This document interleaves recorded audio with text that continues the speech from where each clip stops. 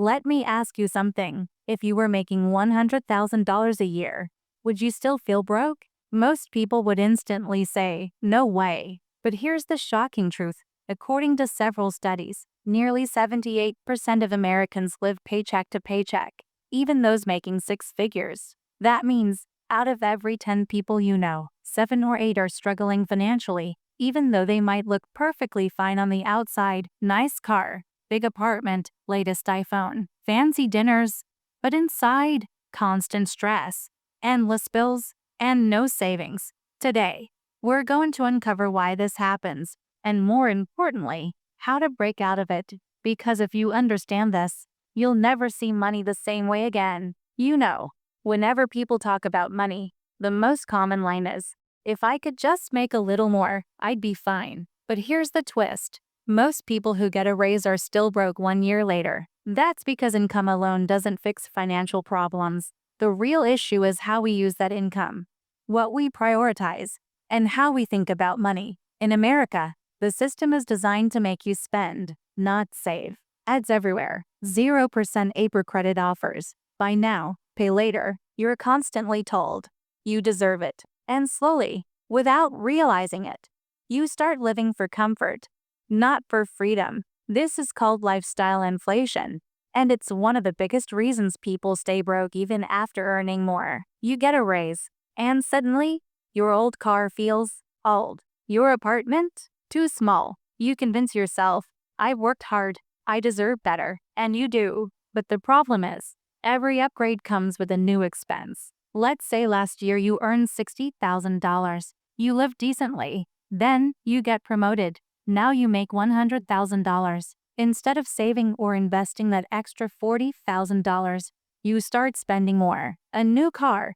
more takeout, vacations, branded clothes. And before you know it, your expenses have risen to match your income. That's why so many people feel stuck even when they're making good money. It's not that they're not earning enough. It's that they're spending at the same pace. Lifestyle creep is silent. It doesn't happen in a day. It happens gradually. A $10 coffee here, a $50 dinner there, a few subscriptions you don't use. It all adds up. You might not feel it every day, but at the end of the month, your bank balance feels it for you. Let's talk about the second reason. Debt. In the US, credit is a lifestyle. You don't need to save up. You just need good credit. Everything is available on payments, phone, furniture, even a $2,000 TV. The problem? You end up paying for things long after you stop enjoying them. The average American household carries over $6,000 in credit card debt, with interest rates often around 25% or higher. That means if you owe $6,000 and pay the minimum each month, you could spend yours trying to clear it and pay double the original amount in interest. Debt is like a financial treadmill. You're running hard, but not going anywhere. The moment you get your paycheck, it's already half gone. Rent, loans, credit card payments. You feel like you're working for the bank, not for yourself. And the scariest part? Debt doesn't just cost money. It costs peace of mind. Every swipe, every bill, adds invisible stress. You stop dreaming big because you're stuck surviving small. Here's something deep. We confuse looking rich with being rich. In America, success is often measured by what you own, not what you owe. A fancy car, designer clothes, big apartment.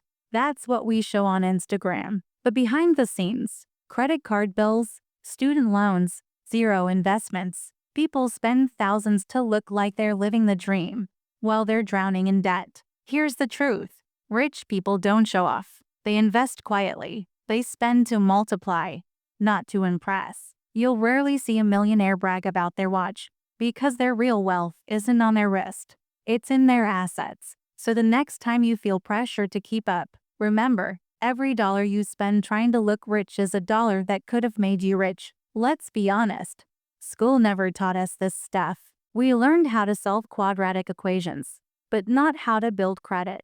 We memorized history dates, but not how compound interest changes your life. And when you finally start earning, no one teaches you how to handle it. Financial literacy isn't optional anymore. It's survival. Most people don't even know their net worth, their credit utilization, or what percentage of their income goes to savings. They just earn, spend, repeat, month after month. But here's the thing. You can't win a game if you don't know the rules. Money has its own language, and the earlier you learn it, the freer you become. The good news, you don't need a finance degree to understand it. Just start small.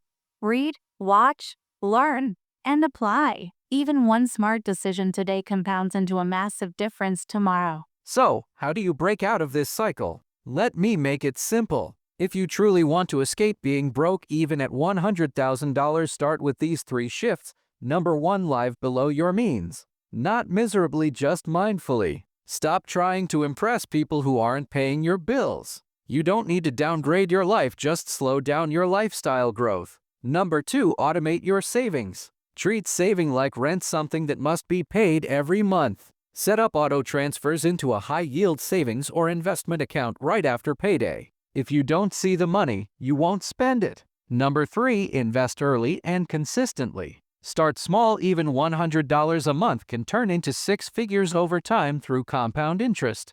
Don't wait for the perfect time. The perfect time is now. Here's something powerful. Wealth isn't about how much money you earn. It's about how much control you have over your money. If your lifestyle controls your paycheck, you're not free. But if your paycheck serves your goals, you are. Being broke on a $100,000 salary isn't rare, it's normal. But you don't have to be normal. Choose discipline over drama. Choose growth over greed. Because financial freedom isn't about having everything, it's about not needing everything to feel happy. So, next time you hear someone say, money doesn't buy happiness, remember, neither does being broke. What money can buy is peace, options, and the ability to live life on your terms. If this video opened your eyes even a little, hit that like button, share it with someone who needs to hear this, and comment below, I choose freedom. Because the moment you start taking control of your money, that's the moment your life starts changing. Most people in America don't have a money problem, they have a behavior problem.